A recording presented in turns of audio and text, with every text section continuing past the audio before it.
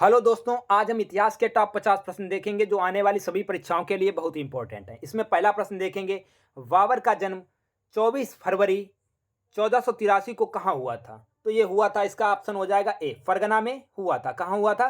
फरगना में इसका जन्म हुआ था। उसके बाद अगला प्रश्न देखेंगे, प्रश्न नंबर 2 कह रहा है, बाबर के पिता का क्या नाम था? तो बाबर के पिता का नाम था, तो इसका हो जाएगा D part answer, Umar Sheikh Mirza. Babur के पिता का क्या नाम था? उमर शेख मिर्जा। उसके बाद अगला प्रश्न देखेंगे, प्रश्न नंबर 3 देखेंगे। प्रश्न नंबर 3 कह रहा है, बाबर की माता का क्या नाम था? तो बाबर की माता का क्या नाम था? तो इसका ऑप्शन हो जाएगा डी, बाबर की माता का नाम था कुतलुग निगार खानम खानम, इनकी माता का नाम था। उसके बाद अगला प्रश्न देखेंगे, प्रश्न नंबर 4। प्रश्न नंबर 4 कह रहा है, बाबर की 3 पत्नियां थी, निम्न में से कौन उसकी पत्नी नहीं है? तो गुलबदन बेगम उसकी पत्नी नहीं है और 3 उसकी पत्नियां हैं। उसके बाद अगला प्रश्न देखेंगे, प्रश्न नंबर 5 कह रहा है, ने जब 8 जून 1494 में फरगना राज्य का उत्तराधिकार प्राप्त किया, तब उसकी उम्र केवल 12 वर्ष की थी। तो वह कौन था? तो वह था बाबर। डी पार्ट इसका आंसर हो जाएगा। बाबर ने जब 8 जून 1494 को फरगना राज्य का उत्तराधिकार प्राप्त किया, तब उसकी आयु 12 वर्ष की थी। उसके बाद अगला प्रश्न देखेंगे, प्रश्न नंबर 6 कह रहा है, बाबर ने 1507 ईस्वी में पादशाह की पदवी कहाँ धारण की? तो कहाँ धारण की? तो इसका हो जाएगा बी पार्ट ऑप्शन, काबुल में धारण की थी। उसके बाद अगला प्रश्न देखेंगे, प्रश्न नंबर 7। प्रश्न नंबर 7 कह रहा है, बाबर ने किस विजय के उपरांत पादशाह की उपाधि धारण की थी? तो किस उपाधि धारण की थी, किस विजय के उपरांत?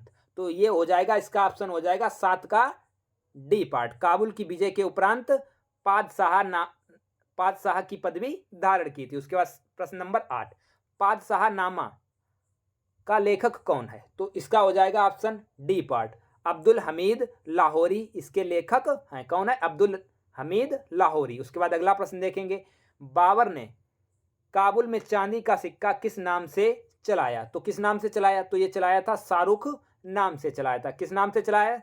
शाहरुख नाम से चलाया था। उसके बाद अगला देखेंगे, प्रश्न नंबर 10 कह रहा है, बाबर ने बाबरी नामक चांदी के सिक्के कहाँ चलाए थे? तो कहाँ चलाए थे?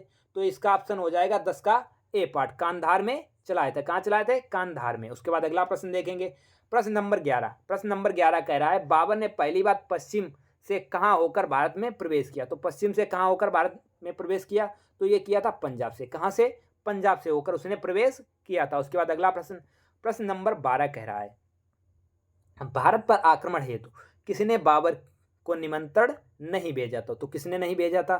तो शेर शाह सूरी ने उसको निमंत्रण नहीं भेजा था। उसके बाद अगला प्रश्न देखेंगे, प्रश्न नंबर 13 कह रहा है, बाबर ने भारत पर किस वर्ष आक्रमण किया था? तो 1526 में। कब किया था?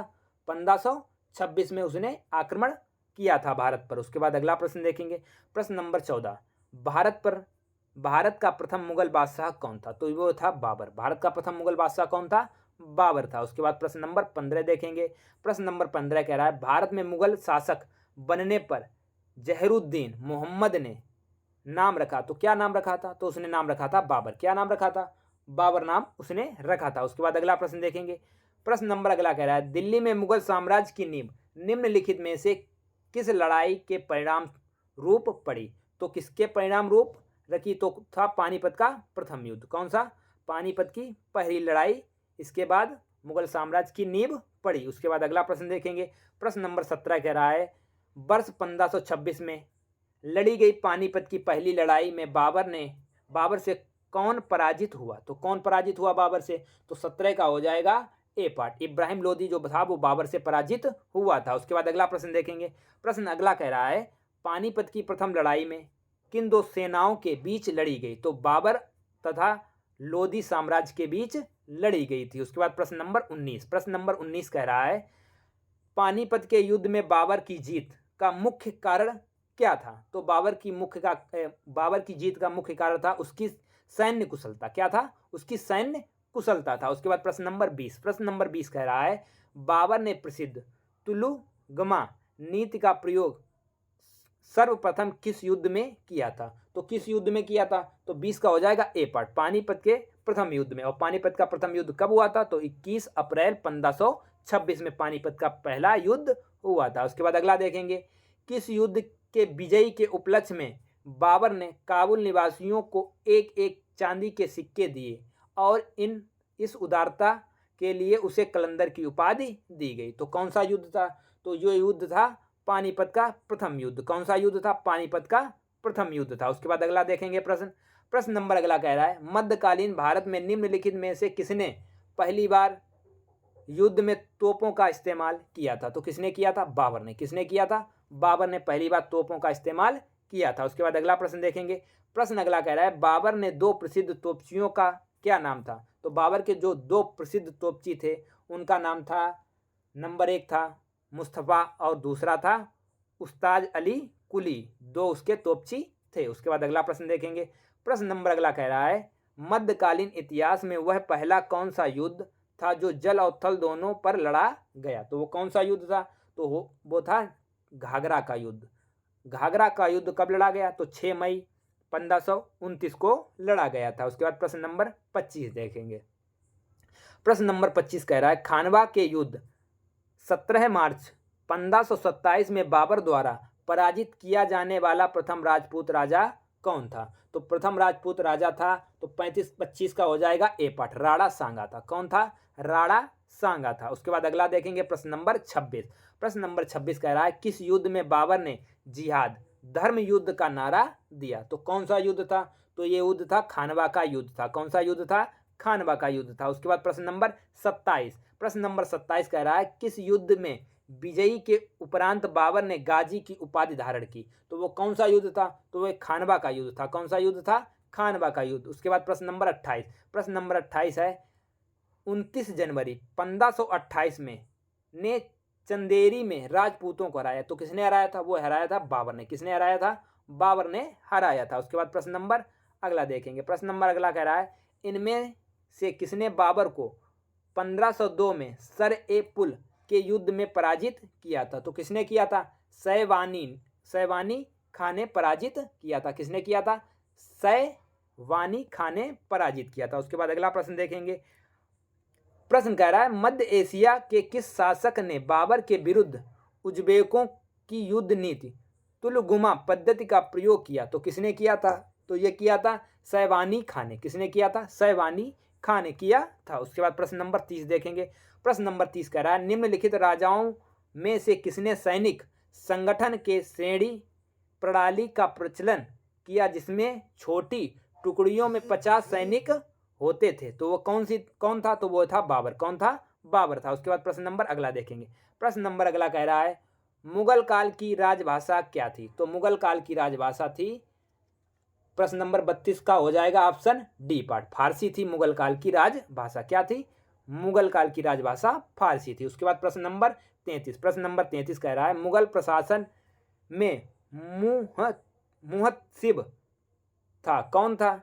तो ये था, इसका ऑप्शन हो जाएगा 33 का हो जाएगा सी पार्ट, लोक आचरण अधिकारी था। मुहतसिब लोक आचरण अधिकारी था। उसके बाद अगला देखेंगे प्रश्न अगला कह रहा है, मुगल प्रशासन में मदद ए मास इंगित करता था। तो ये क्या इंगित करता था? तो 34 का हो जाएगा बी पार्ट, विद्वानों को दी जाने वाली राजस्व मुक्त अनुदंत भूमि, ये इंगित करता था। उसके बाद प्रश्न नंबर 35।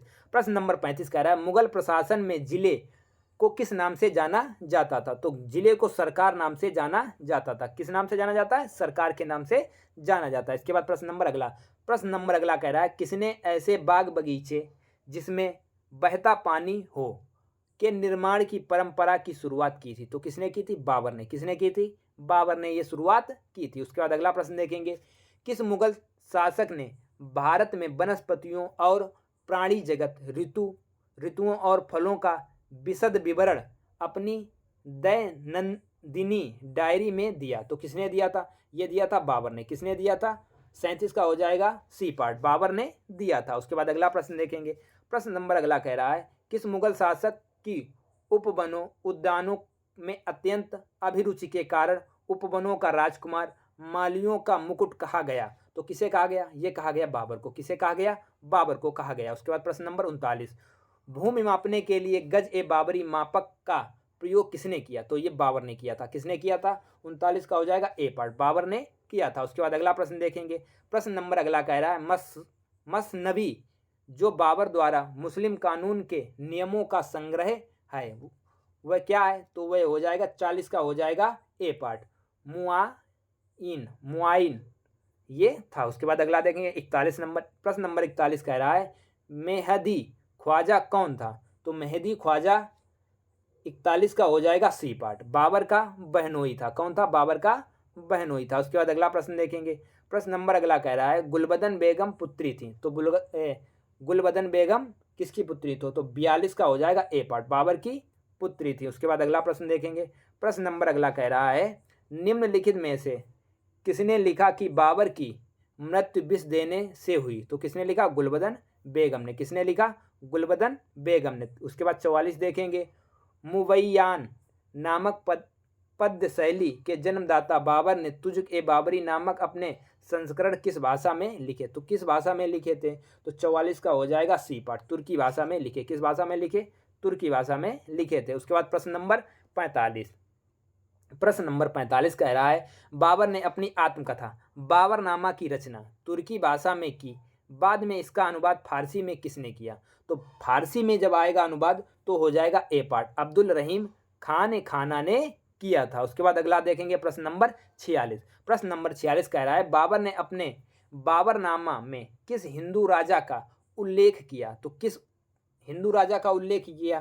तो मेवाड़ के जो हिंदू राजा थे उनका उल्लेख किया कि किस राज्य के थे? मेवाड़। उसके बाद प्रश्न नंबर 47। प्रश्न नंबर 47 कह रहा है रिसल ए उसज की रचना किसने की थी?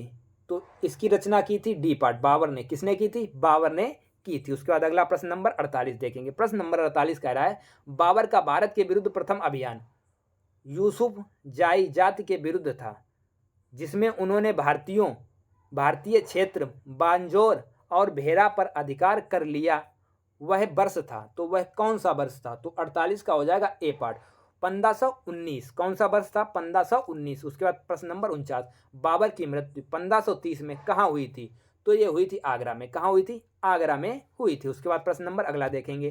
प्रश्न नंबर 50 कह रहा है प्रारंभ में बाबर के शव को आगरा में आराम बाग में दफनाया गया, बाद में दफनाया गया। तो बाद में कहाँ दफनाया गया? तो 50 का हो जाएगा ए पार्ट, काबुल में दफनाया गया। कहाँ दफनाया गया? काबुल में। अगर आपको वीडियो अच्छा लगे तो चैनल को लाइक एंड सब्सक्राइब करें और दोस्तों के साथ शेयर करें। थैंक यू, धन्यवाद।